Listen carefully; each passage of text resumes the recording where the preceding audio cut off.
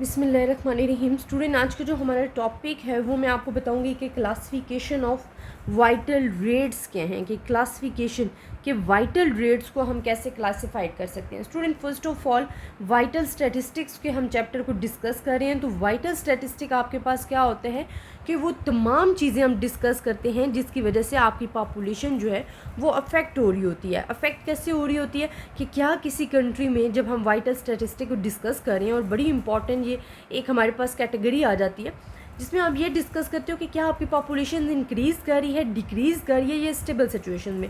और आप अपनी पॉपुलेशंस को ही देखते हुए अपनी जो फ्यूचर प्लानिंग है कंट्री के लिए वो आप डिस्क्राइब करते हो। तो ये बड़ा ही इंपॉर्टेंट टॉपिक हो जाता है, बड़ा ही इंपॉर्टेंट ये कंट्री के लिए टॉपिक है कि आपने प्लानिंग करनी है, आपने कोई भी गवर्नमेंट प्लान्स अप्लाई करने हैं। वो तमाम चीज़ें आप कब अप्लाई कर सकोगे, जब आपको पता चलेगी कि आपकी जो पॉपुलेशन है वो किस रेट के हिसाब से जा रही है।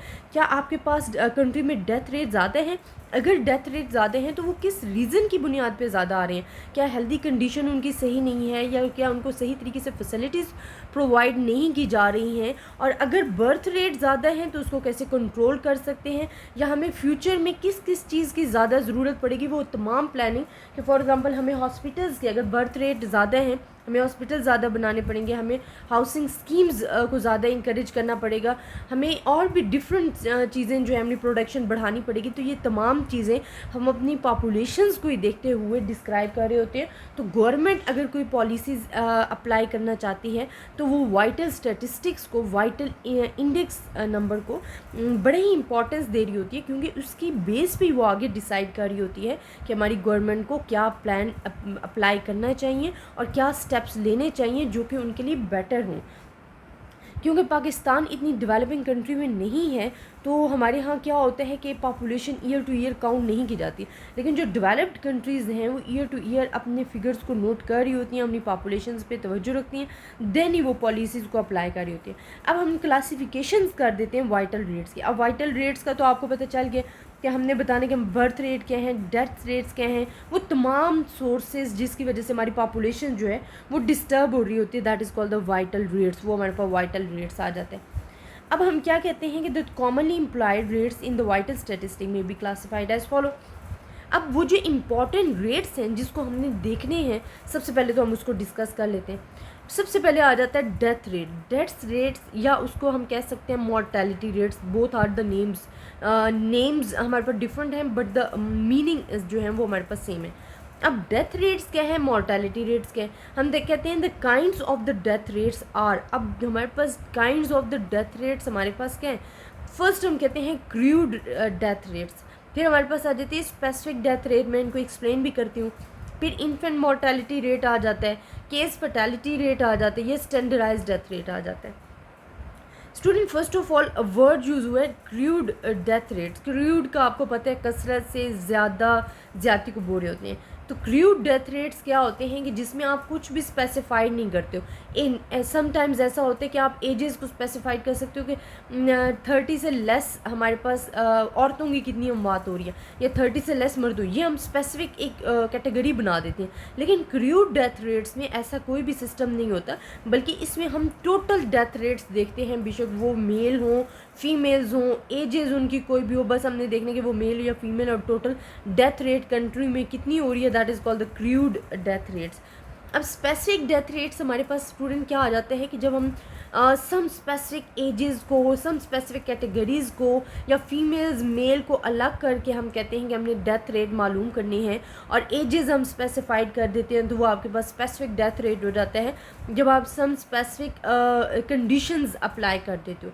इन्फेंट मोर्टेलिटी रेट क्या होता है, लिखा भी हुआ है कि जो बच्चों की मौत होती है, बच्चे पैदा होते हैं लेकिन वो कुछ बीमारियों की वजह से या हेल्दी कंडीशन इतनी नहीं होती, उनकी डेथ हो जाती है, तो ये हमारे पास इन्फेंट मोर्टेलिटी रेट होता है। बट हमारी कंट्री में जो रजिस्ट्रेशन का अमल है, वो जो लोग हैं वो भी इतने रिस्पॉन्सिबल नहीं हैं, तो समटाइम्स ऐसे होते हैं कि आपके पास काउंटिंग ही गलत आ रही होती है, वो अक्सर दर्ज ही नहीं करवाते।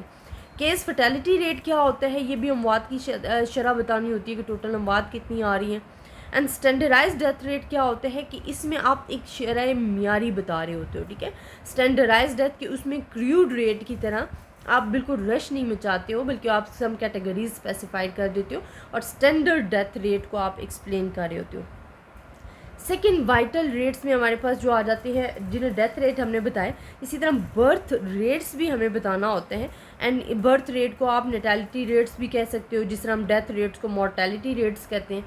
अब इसमें हमारे पास क्या होता है कि कॉमनली यूज़ बर्थ रेट जो आपके पास हो रहे होते हैं वो क्रूड बर्थ रेट होता है, specific birth rate and standard birth rate होते हैं। अब क्रूड बर्थ, जिसमें हमने क्रूड डेथ रेट में पढ़ा था ना, कि आपके पास कोई भी क्लासिफिकेशन नहीं करी होती है, आपने कोई कैटेगरीज नहीं बनाई होती, आप सिंपल अपनी डेथ रेट को नोट करते हो। इसी तरह बर्थ रेट में भी आप ये नहीं देखते कि ये फीमेल्स हैं, मेल हैं, या कितनी बर्थ हुई, आप टोटल देखते हो कि टोटल बर्थ इस कंट्री में कितनी हुई है।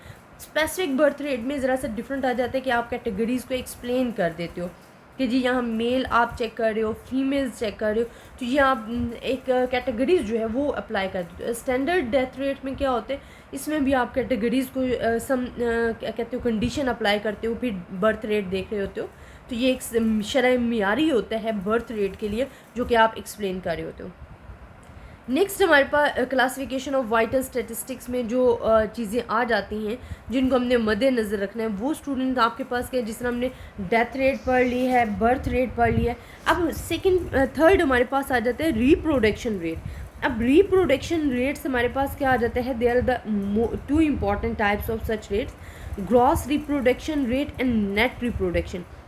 ग्रॉस आप कहते हो कि मजमूई तौर पे जो रेट बढ़ा है प्रोडक्शंस का, वो आपके पास क्या है। एंड नेट क्या होता है कि नेट आप टोटल को कह रहे होते हो कि टोटल प्रोडक्शंस कितनी हुई है, तो ये हमारे पास आ जाता है।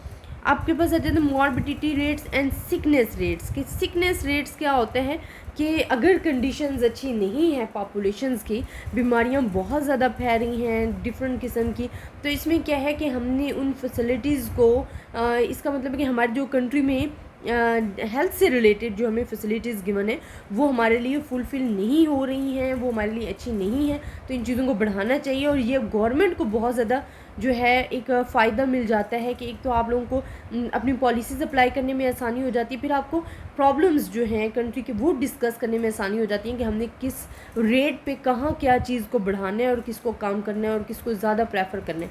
तो सिकनेस रेट्स जो है वो भी इसी में आ जाते हैं, क्योंकि आपकी पॉपुलेशन को अफेक्ट कर रहा होता है।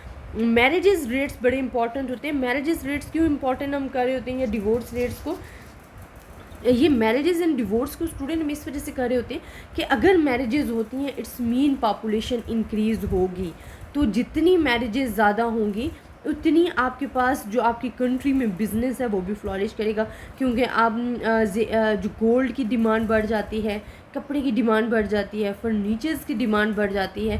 तो एक तो ये हमें फिर एक हमारे पास साइड ये हो जाती है कि जी प्रोडक्शन बढ़ी है। सेकंड साइड हमारे पास क्या आ जाती है कि जो आपकी पॉपुलेशंस है वो भी इंक्रीज़ करेगी। तो ये जो पॉपुलेशन इंक्रीज़ करेगी इट्स मीन कि जो वाइटल स्टैटिस्टिक्स के फिगर हैं उनको अफेक्ट करेगी। आपकी पॉपुलेशन इंक्रीज़ हो रही है तो आपको फिर डिफरेंट पॉलिसीज़ अप्लाई करनी पड़ेंगी। डिवोर्स रेट्स में क्या होता है कि डिवोर्स रेट्स जो हैं it's also affect our populations. हमारी पॉपुलेशंस के आपकी जो सोसाइटी है उसको डिस्टर्ब कर रहे होते हैं। तो जब पॉपुलेशंस अफेक्ट होती है तो that is called the vital statistic. तो ये डिफरेंट क्लासिफिकेशंस मैंने आपको बताई हैं वाइटल रेट्स की, जो कि आपने माइंड में रखनी है और इनकी डिफरेंट कैटेगरीज़ को भी माइंड में रखना है। इंशाल्लाह हम साथ साथ ये अब नेक्स्ट जो है इनके कैटेगरीज़ को डिस्कस भी करेंगे। आपके पास क्या है, डेथ रेट है, बर्थ रेट है, रिप्रोडक्शंस रेट है, सिकनेस रेट है, मैरिजेस एंड डिवोर्सेस रेट है। ये आपकी क्लासिफिकेशंस की गई है कंट्री के हिसाब से, और ये इंशाल्लाह तमाम चीज़ें हम आगे डीपली डिस्कस भी करेंगे। आई होप स्टूडेंट आपको मेरा लेक्चर पसंद आया होगा। अगर आपको फिर भी किसी किस्म की कन्फ्यूजन है आप मुझसे डिस्कस कर सकते हैं, मुझे कमेंट्स में बताइएगा। अपनी दुआ में याद रखिएगा। अल्लाह हाफ़िज़।